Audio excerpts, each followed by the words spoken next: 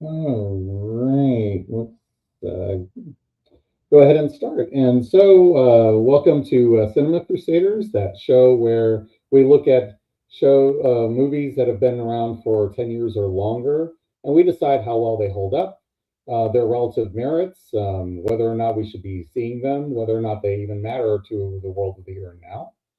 And I'm your host, Shadewing.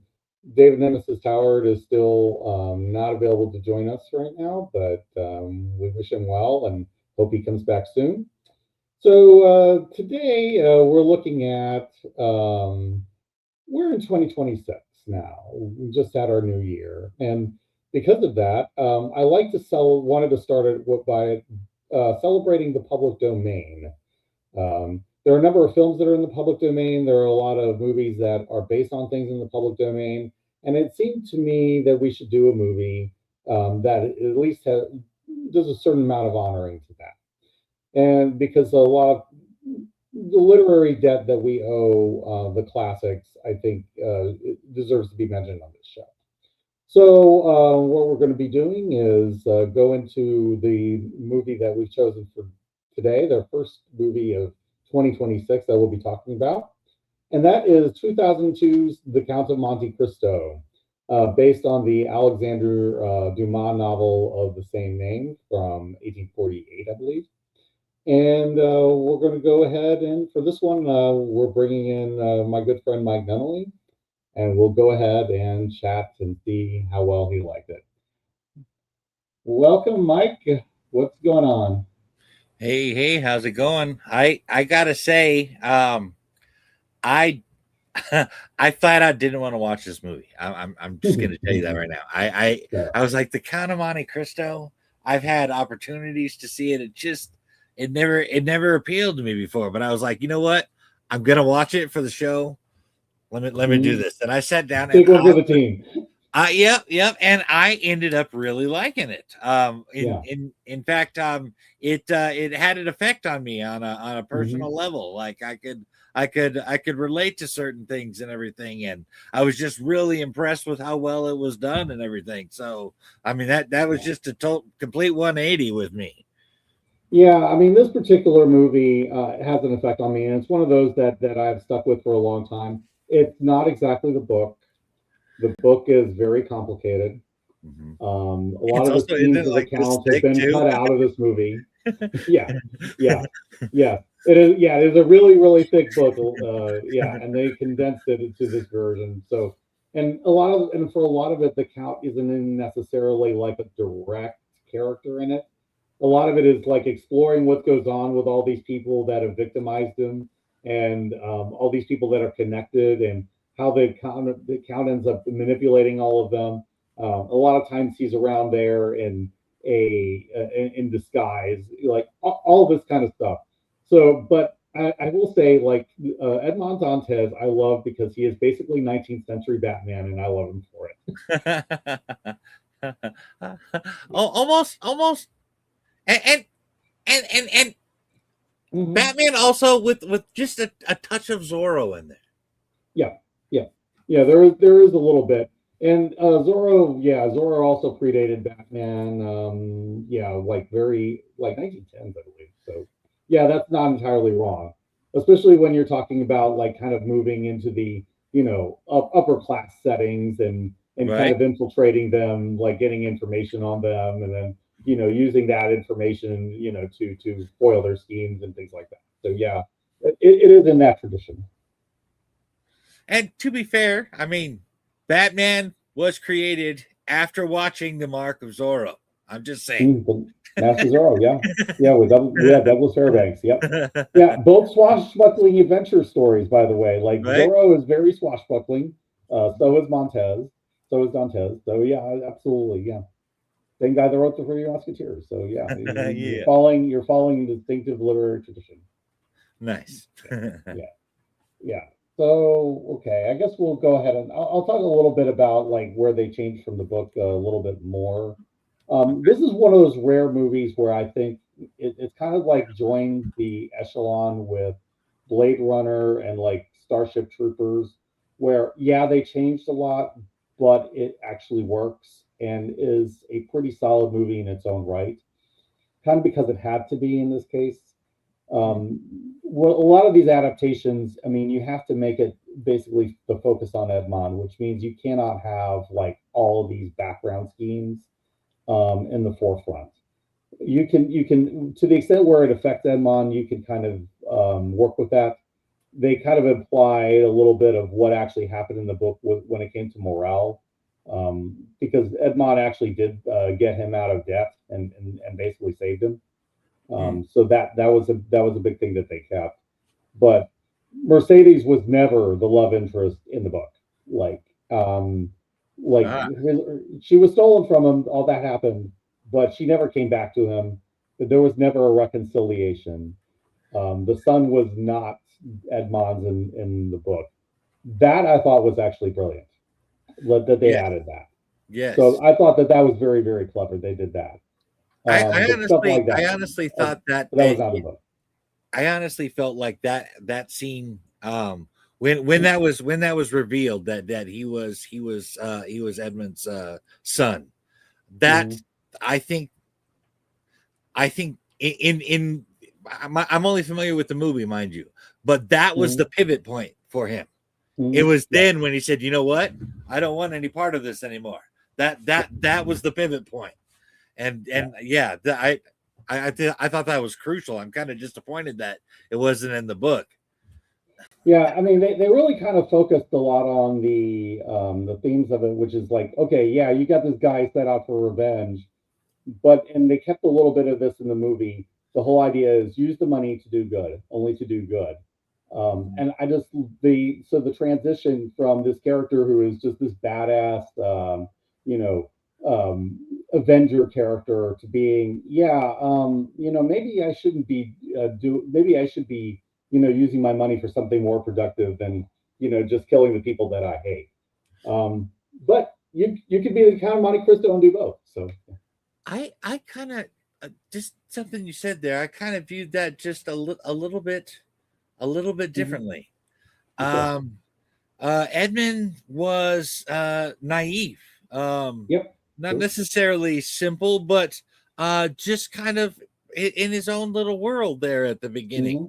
Hmm. And I thought that the whole I mean him turning into this this swashbuckling revenge master kind of a thing and then going full circle back to the good person that he started to, but now a Yeah, more mature, a one that has moved on. yeah. I thought that was I really love that arc is one of the reasons I love the story. Yeah, I do like that because a lot of times when you have revenge stories, it's okay, yeah, we just kill all the bad guys and you just go on with your life and, until the next movie. And it just, no, that's not really what happens here. I mean, what happens here is you really get him thinking about the cost of revenge. Mhm. That was actually shown more in the book.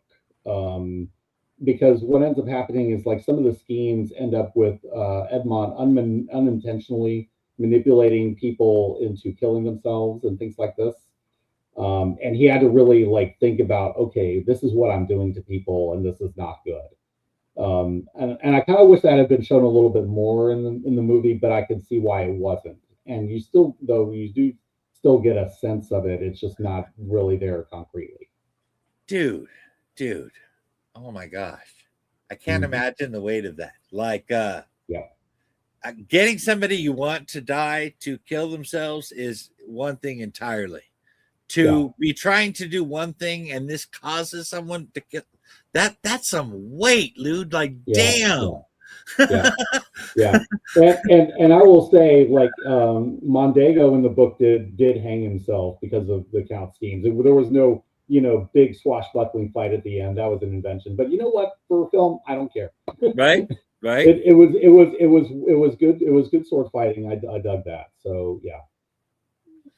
All right. It was a very good fight, and actually, Mhm. if you notice, I happen to notice this one little bit, and you really got to be paying attention to notice. But there are certain scenes where, and this is due to having to reshoot the scene, where the grass is a little browner in some Mhm. scenes and greener in the others. Yeah. Yeah, that's interesting. Random weird thing And I noticed. yeah, we'll talk a little bit more about this cinematography and like some of the locations because I think they're worth discussing. But we'll kind of get into that. Um, any other points about the story that we really want to get into? Because I feel there's still a little bit left. About the story to begin with. Well, I gotta say that with the how they framed the love interest there, and her being pregnant with her kid with Edmund's child. Mm, That I thought outside of a situation like that, she becomes a villain, not a hero. yes. And I think that that's one of the reasons why they did it that way because she was originally like Edmond. This was why Edmond did not go back to her. I'm pretty sure. Like the Mm, fact that that she actually kind of left, and even keeping in mind it was the 19th century, and there weren't a whole lot of things that women in a position could have done in that situation. The fact remains she still did that, and I right. mean that's going to utterly break things. There was actually a second love interest that came in later that in the book that is not represented at all in this movie or any of the adaptations, if I remember right, just because of that. But the way that they happen to do it here is like they gave a situation in this film where an interpretation where it was like, okay, she's not a villain. She's not doing, she's not being cruel to Edmond because she has to be, it's because she wants to be. It's because she's in a really bad situation and she has to think of her child. Well, And I dig that. I can appreciate them I doing that. I think I think it's on another level beyond that. I don't Mhm, see what choice she had. mhm, A woman in a culture like that at that particular time that had a child out of wedlock, mhm, especially with some guy who was condemned. mhm. You know what I mean? That's not going to go well for her. That her Yeah. entire life is going to be ruined after that. The life of the child is going to be ruined after that. Mhm. I don't in that particular scenario, I don't see that she had an option other than doing what she did, which is Right. why in any other scenario she is a villain.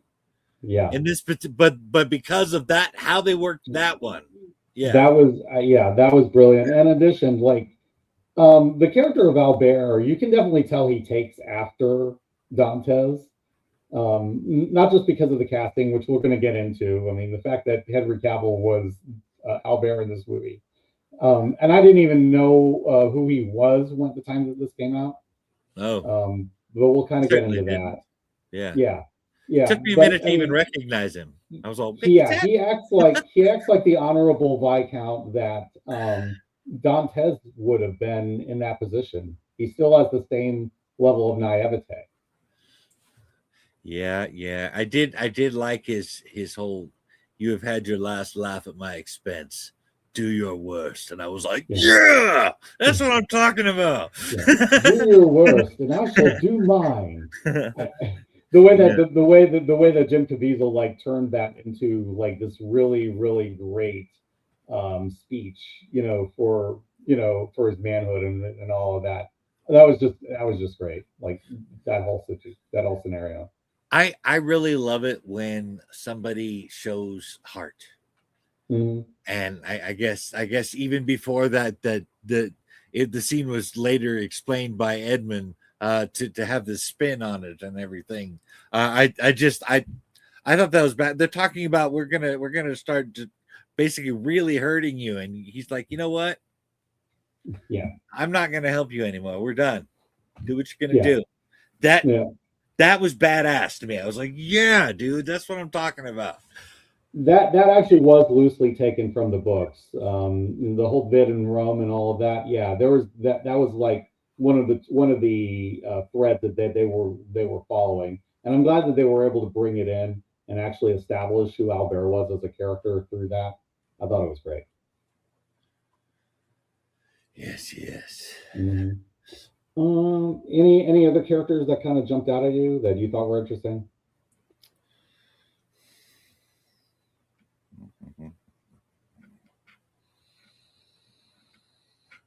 I guess what was his name? Uh is it oh my gosh, the part played by Richard Harris, what was his character's name? Oh, Abbe Feria.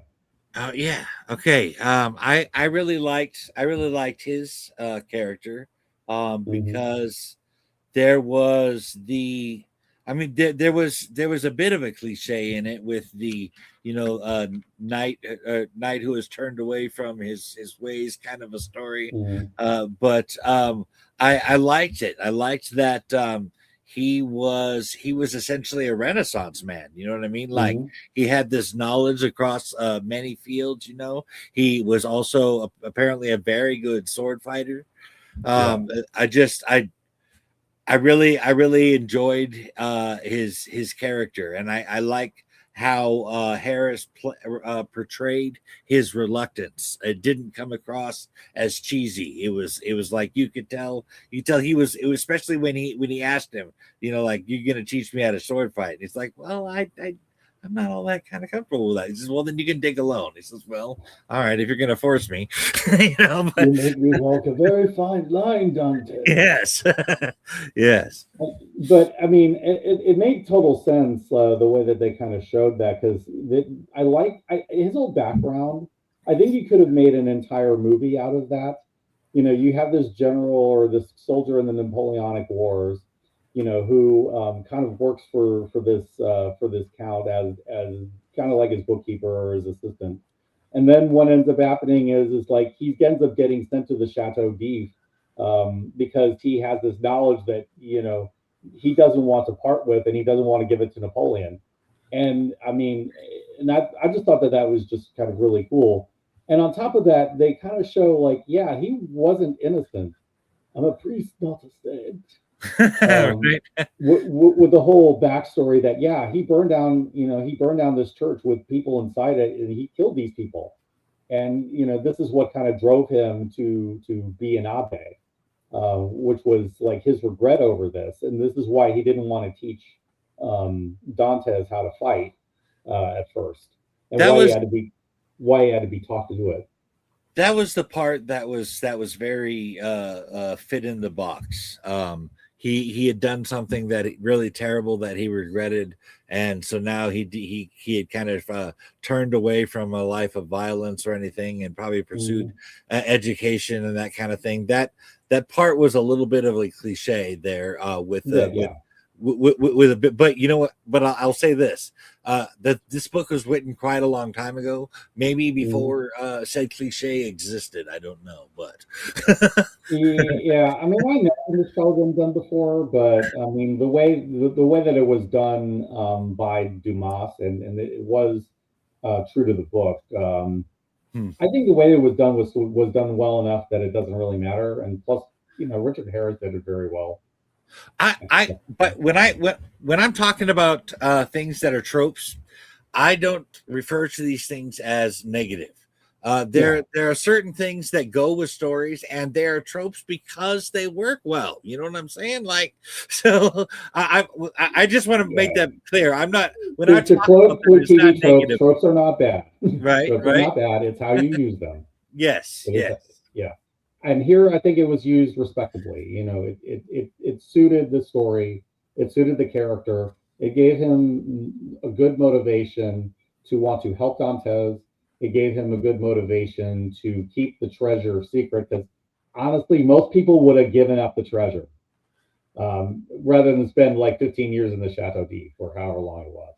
I think that even above and beyond that, uh, Harris's character is what gave Dantes the model for Reformation.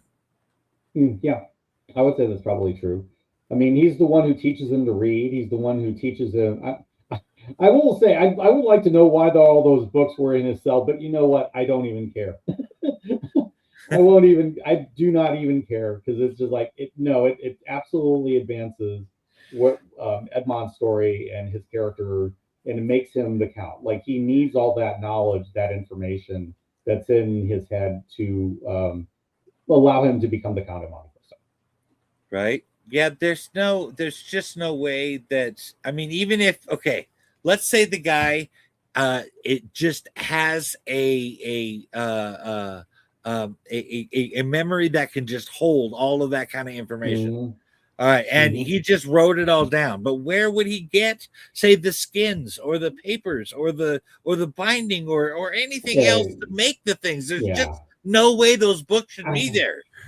I'm just gonna say like okay they gave him the books to kind of humor him or whatever like it's kind of like how in modern prisons people have access to libraries but back then I don't know Okay, I hold kind on, of feel hold on. it's silly but I don't care.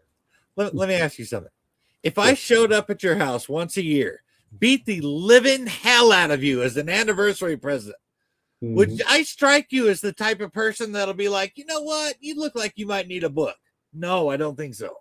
Yeah, the only reason I would say like somebody would have done that is like if he was ordered to do it like from up high, but I don't know why they would do that. It is a plot hole, but it's a plot hole that kind of needs to exist for the story to go the way it does, and it's Absolutely. not a big enough Absolutely. deal to make a thing up. I'm It just really picking isn't. it apart because my writer brain wants to how I figure out how he did it. Yeah, yeah. I'm like, yeah. If you want to come up with a no prize and figure out how it's done, please let me know. I would be all ears on theories on that. Like, how in the world are all those books in that jail cell? Yeah. Oh my gosh. All right. Let's see. Let's kind of move on to the casting, I think, because I think we've kind of worked this through already. We should Um, note this on the note of Richard Harris.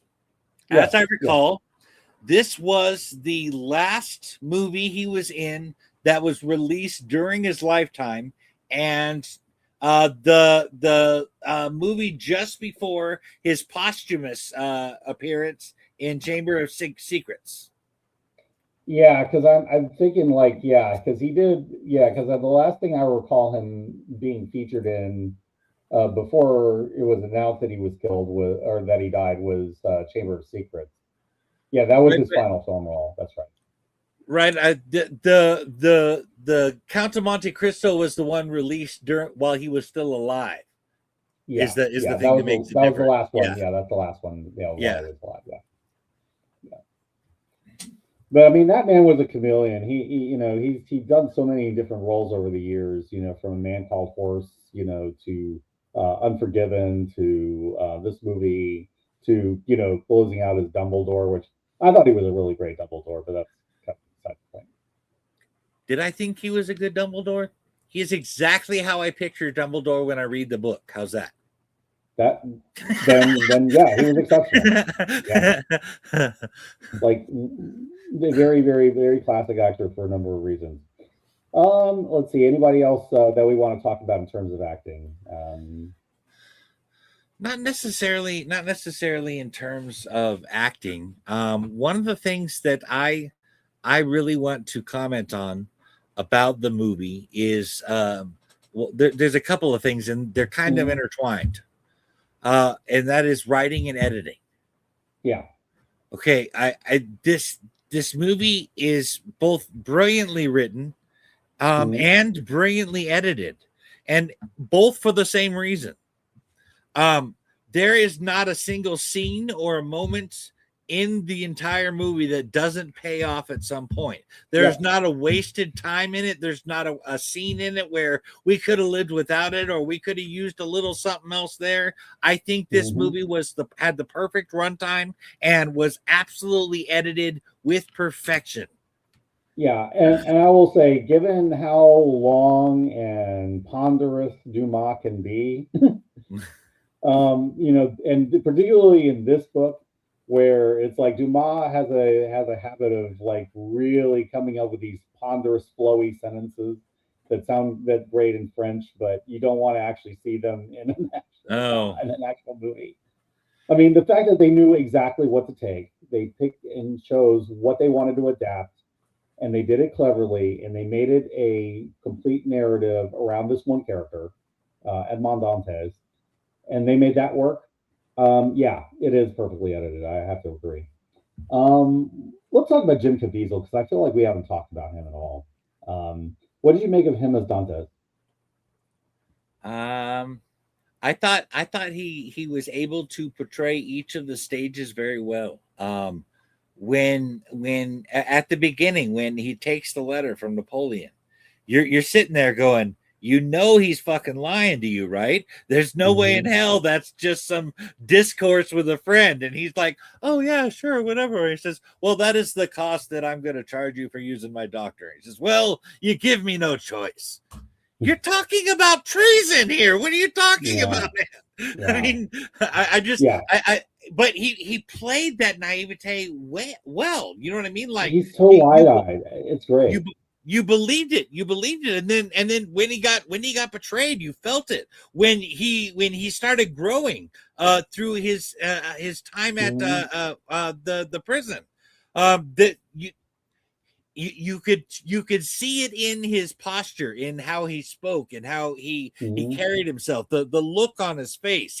The actor was really able to portray these stages that the character went through really well. Yeah, Jim Caviezel is a really good actor, and I think that he really held the character really well throughout his transformation. And the thing that really is kind of impressive is that the people are not supposed to recognize Dantes on sight. Right. You think that they would, but no, they don't. And you start seeing that, particularly with the scene with Morel, because Morel doesn't recognize him at all. And Dantes, you can kind of see the wheels turning in his mind. And he's like, they're not going to know who I am. I can use this. And Yeah, it's never said outright, but that's exactly what's going on in his head. that And you one can see particular that. scene, you can absolutely see that thought process right on his face as he's doing. He's like, Hmm. wait a minute, they don't recognize me. They don't know Yes. who I am at all. Yes. And yet you can tell it's the same character. Like it Yeah. absolutely is. Like, especially when they start, he shaves his beard at the end to confront Mondego. I mean, it's like, this is me, this is Edmond. And you can definitely see like the like, with the beard, he isn't recognizable at all. And yet it's the same guy. And so yeah, so it's like Edmond is one character, the Count is a different character, and at the end he's kind of both, and that is a seamless process, and a lot of that is Jim Caviezel being as good as he is. Fully agreed. Fully agreed. Mhm. Yeah. And yeah, I guess now we can kind of talk about Henry Cavill because that's an actor we don't really talk about very much, despite him being like amazing in everything we see him in nowadays. Right? I thought he was good in this. I mean, I was like, you know what? I can see that star he's going to become in his performance. Like that little bit of magic was still in there, even at that young age. Yeah, I mean, you could kind of see like at that time he could probably have played Superboy at that time. Like he definitely like is carrying himself with that kind of character, but it fits absolutely with the character of Albert as he's presented. Like he's a young guy, he is innocent like Dantes was at the beginning, and he's a guy, who has the same strength of will, the same strength of character that Dantes has at the end of the movie. So it's like, you know, Cavill has this way of playing those kinds of characters extremely well. Even if like in his modern projects, he tends to get screwed over like by the people that he's working for. But when he actually gets a chance to pull off the role the way it's intended, he does brilliantly. There was a thing in there that I was actually kind of surprised at. Um, and it is because I'm more used to Cavill now, and that was that his character in the Count of Monte Cristo was vulnerable at certain points, Mm-hmm. Mm-hmm. not I don't know how to describe it. I haven't seen Cavill portray himself as quite that vulnerable before. Yeah, I don't recall a whole lot of times in his later stuff that he's done. Like, I mean, he did the Tudors. He wasn't a vulnerable character at that time. Superman, he definitely really wasn't, not to that extent. And Geralt of Rivia, I mean, he's that is a very controlled character. So yeah, I would say that there are definitely are sides to him here that you don't normally see. I think you could. I appreciated the performance through the real. I mean, like he's all the through the transition of learning who his father is at the end, but also everything that has been going on, and suddenly, wait a minute, all this is going on. You've been doing all this. You're this. Wait a minute. It I I don't know about you. I felt that Mhm. I felt that performance. I'm like, you know what? I get that. You're like, what the you know what I mean? What is going Yeah, on here? yeah. You find out like like your entire life, you're basically like a pawn in a battle between these Yeah. two people that before he was even born. Like Like and teenagers you don't just find feel this without out. What do you agency do? enough as it is. Mhm. Yeah, yeah. I'm And sorry, I I cut think you this is Yeah, yeah, and I think this is partly why, like Dante's kind of changes towards the end, because he's kind. This is kind of where I'm sort of saying there's a little bit where it's shown where his manipulations are affecting people because it does affect Albert, off. Hmm. and we kind of see that, particularly towards the end where it's like he tries to kill him because he was manipulated by Madame Villefort. Right? Yeah, so all of that, and it kind of goes back to like one of the one thing that Abbe Feria promised Dantes to do, which was do not commit the crime for which you have been sentenced. Right. Yeah, and I think that's kind of what he was trying to warn him of is like at that point. And so it's like the way we were saying everything has a payoff. Hmm. Like that vow has a payoff right at that moment. Yeah, there aren't any I even little stuff down to just how he used to just play with his hair came across as this, oh well, that's how I know you're Dantes, Yeah. or you know what I mean. Just little every little moment. I Hmm. just every I was continuously going like, oh wait a minute, Yeah. that's how they. But I'm a Yeah. writer, so I love watching how things pay off and how they. I mean, so I just really enjoyed that part. Yeah, and this is the thing when you're kind of looking at these movies as writers like we do, is like when it doesn't work, these kinds of things kind of glare to you, and most people wouldn't even think about it, like the whole why does the Abe have the books in the cell? But then on the other hand, it's like when things really, really work, it's like, oh my God, why didn't I write this? Right. This is, and you study the craftsmanship of it and you figure out how it works. And that's kind of where what this movie is for me. You talked about at the beginning of this episode about how we need to appreciate the classics. Hmm. I heard it said this way, that we they say that we stand on the shoulders of giants. Hmm. Well, it is good to know the shoulders that we're standing on.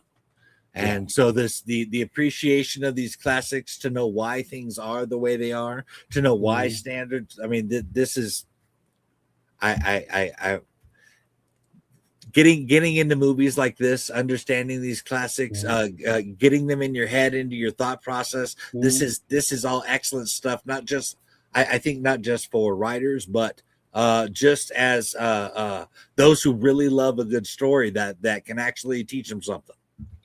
Yeah, and on top of that, it's like when you're talking about a movie and an adaptation like this, it's like by that very nature, you are standing on the shoulders of giants, and you're having to pick and choose and respect what you're going to honor in there and Hmm. how you're going to carry that legacy forward.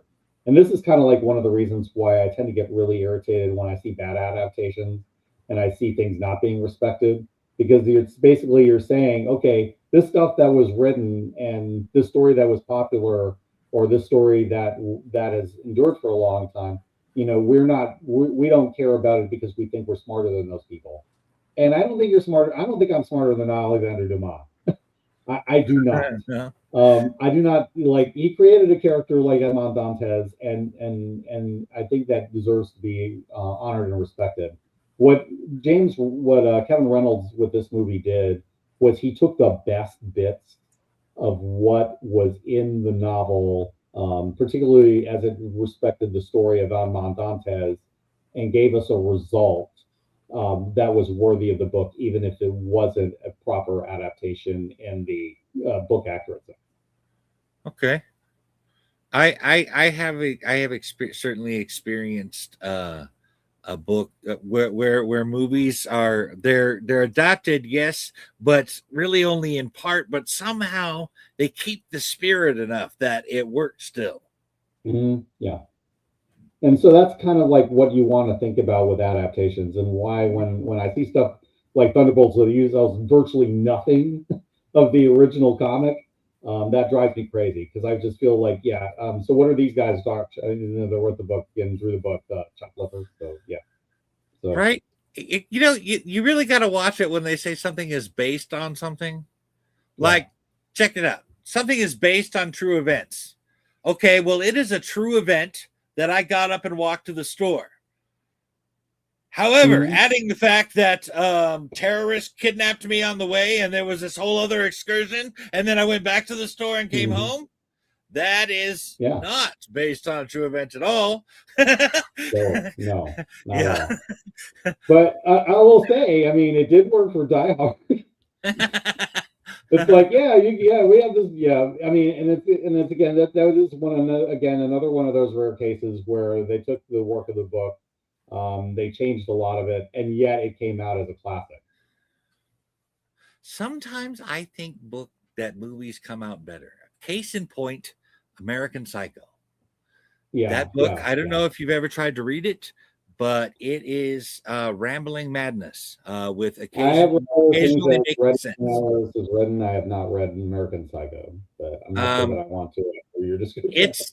It is better than the book. The movie is better than the book, in the same way that the Fight Club movie is better than the Fight Club book. Mm-hmm.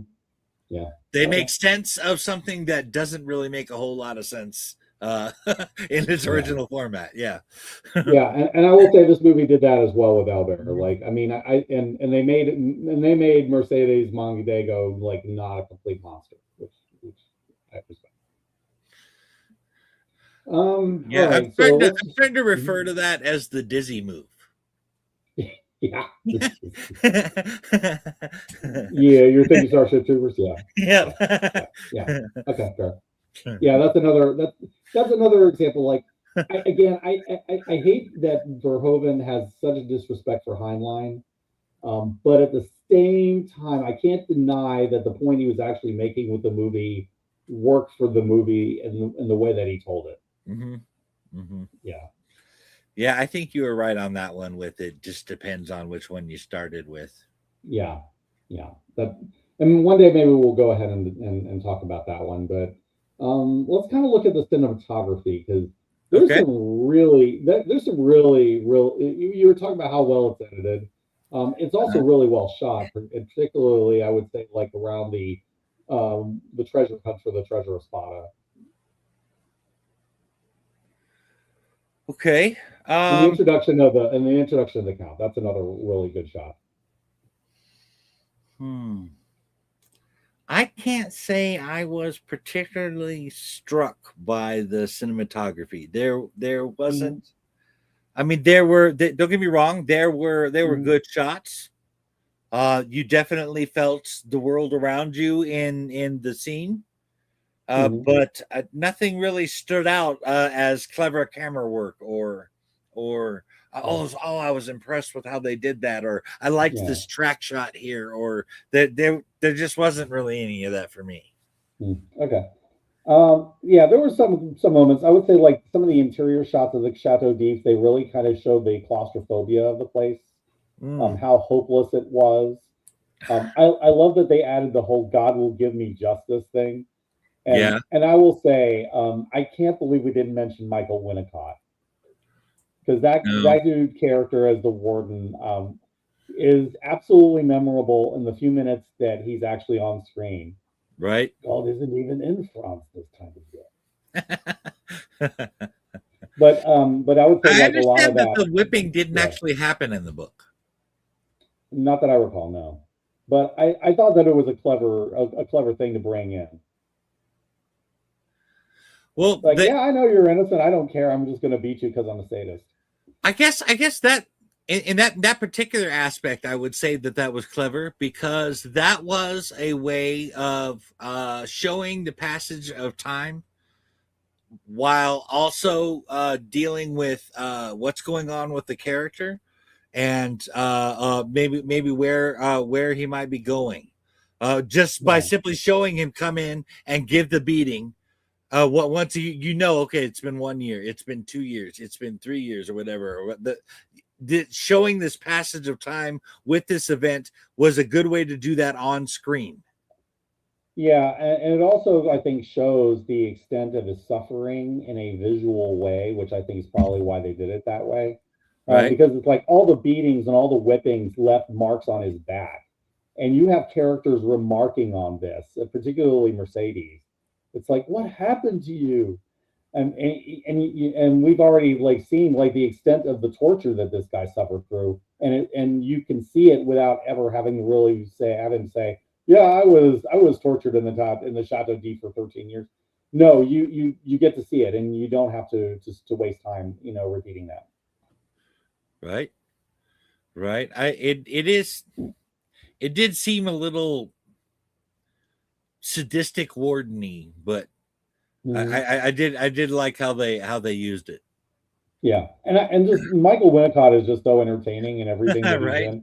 But this is like I think this is probably my favorite Michael Winnicott role, just Really? because of how entertainingly crazy he is. I would say Oh, between this and The Crow, like yeah, between those right. two. Right. I did like him in the movie itself was not great, but I did like him in Resurrection, Alien Resurrection. Yeah, he was cool. Like he was basically, I mean, he was basically the Malcolm Reynolds of that movie. I'm still convinced, and I've discussed this elsewhere with Nemesis. That it was basically Alien Resurrection was the proto version of Firefly, and both were written by Joss Whedon. Well, I mean there's a lot to be said in that.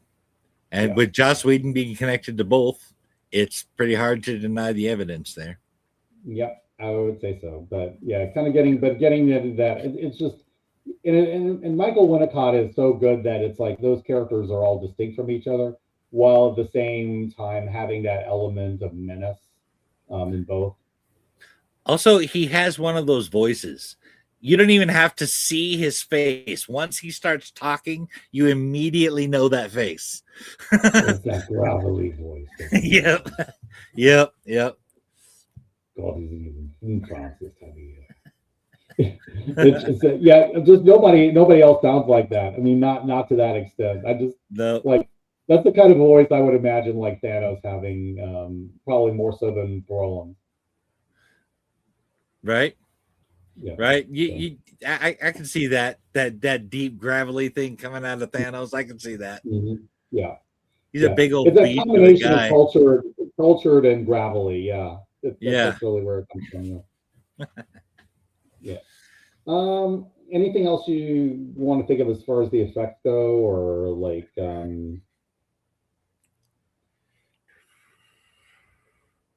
Um. I guess and this is only briefly. It wasn't like spectacular or anything, but I thought the swordplay was done well. yeah, I would agree with that.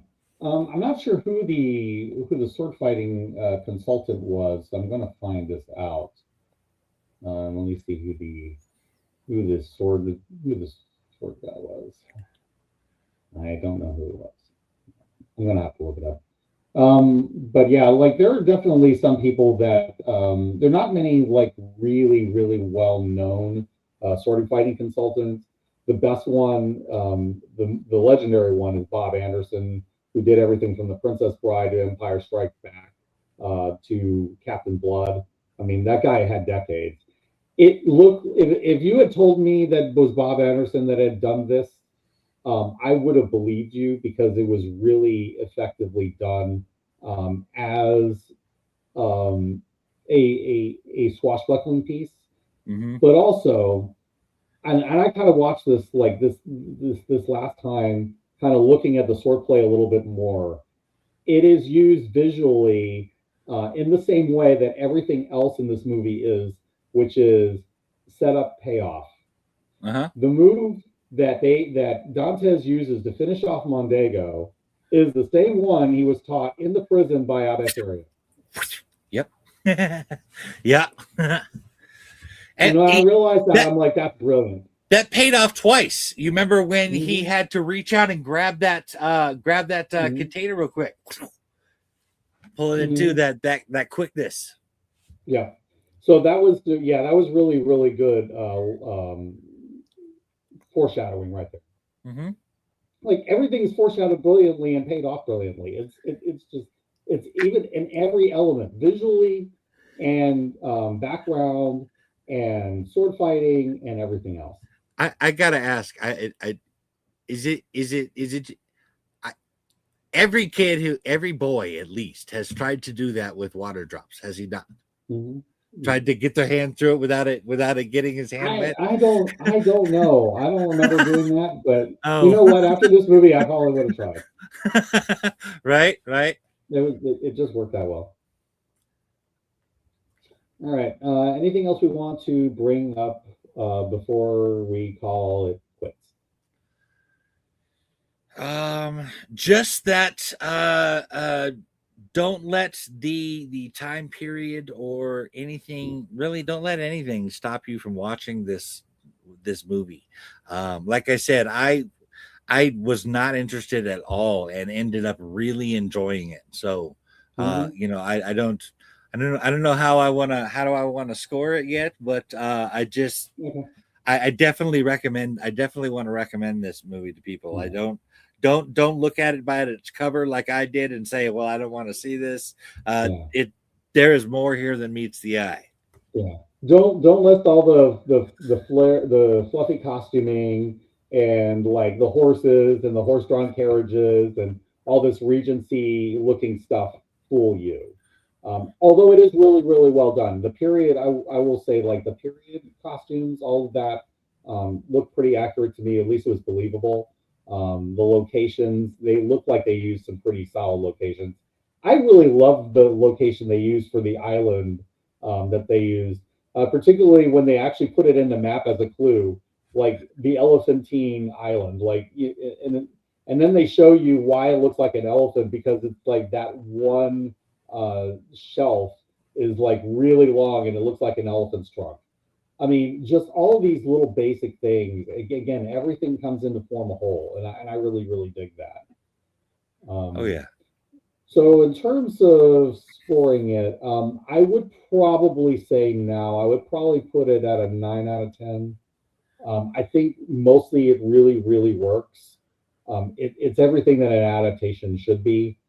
Even if it does, it's not truly faithful to the book. It doesn't include every single element. It doesn't include the complexity of the novel and the way that Dumas intended it. But I think it has the flavor and the spirit of what like the major themes are, particularly with the idea of redemption, being born of vengeance, and like finding faith, even in difficult situations. I feel like all of that stuff is in the book. The casting I think is pitch perfect. Everybody in it is really good. Guy Pearce is really good in it as the villain, as Mondego. They added another thing that they added was the element of the best friendship, which I just thought was brilliant. Um, every element they change adds to the narrative presented in the movie, and I can't say that about very many adaptations. So yeah, I'm gonna I say will 9 out of say 10. though that the guy with Guy Pierce, I never liked his character. He never came across as like, oh, you're a good friend. I can see. I mean, No. the second he goes away, he's like, you know what, you should have sex with me, to the woman he's with. He's a complete douche in this whole movie. That he looks like the kind of guy that would be a false friend, and that only a guy like Edmond Dantes, who is completely innocent and clueless, would be friends with this guy. Right. All So right. All right. All I'm right. okay with that. I'm okay with that. Like he's an asshole, total asshole. And Guy Pearce is so well. Uh, I gotta rank it just a little bit less on account of because it's one of those stories that I really enjoyed. I think it was done really well. I don't think I need to come back and visit it again. That's fair. Yeah, And I totally so get it. well, I mean, I like I said, I really appreciated it and everything, but I'm more thinking like maybe 8.75 out of 10. 8.75? Okay, 8.75. All right. So that would, I'm not gonna like, do the exact math on that. So, but that would put us like within like 8.825.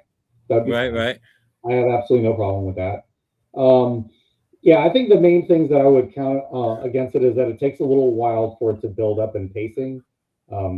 You did mention it, and I have to agree. You did mention in the chat that it does take you a while to kind of get into it at first. And once you know where it's going, then yeah, it gets cool.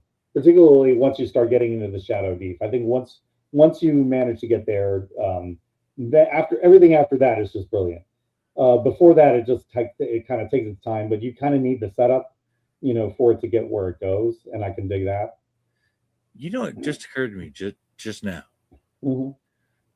As I mentioned, when he took the letter from Napoleon, I totally thought he was a dumbass. I'm like, what are you thinking? There's no way it could be what you get. But I went from looking down on this guy as a total moron to respecting him by the end of the movie. Hmm. Yeah, because I mean, he has that whole awakening arc. He has not fully grown up Yeah. early on. Yeah. So and this is just like a huge life lesson that took 13 years for him to learn. So 13 very hard, very difficult years. In the movie, he was in Chateau Deep for 16 years. Yeah, however long it was. Yeah. Yeah. I think it was like 13 years for him to be in the Shadow Deep, and then he spent like 3 years with the pirates.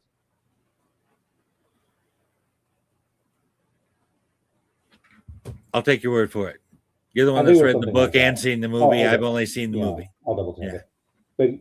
But yeah, and I will say, as far as other things that kind of made me bring it down like to a 9, I would say, like, again, the thing with the books, like that is just that is even if I don't care, it is a plot hole, and I have to kind of account for that. So yeah, there is that. Um, but I mean, other than those things, there's really not much that I could say bad about it. It's one of those that I come back to a lot, and I think it's just because I love the character of Edmond Dantes so much. Right. Like, so yeah, so much so that I'm actually using him in one of my books. So yeah, but we'll talk about that at a different time. Nice. Nice. Can you imagine though somebody as old as Richard Harris with that little chisel and the hammer dinking away at that rock under the prison? Yeah. That's why it took 15 years. He was the one chiseling the Yeah. rock. He should have been digging the move. I like to think that he was like a little stronger, like before, like when he started digging, and then he just Right. became this increasingly old guy, and it's like, I can't push this any longer. I need this young guy that looks like Jim Caviezel to do my work for me. Yep. Yep. Yeah. So, but yeah, this is definitely a movie that I would say come back to, or at least watch once. Mhm.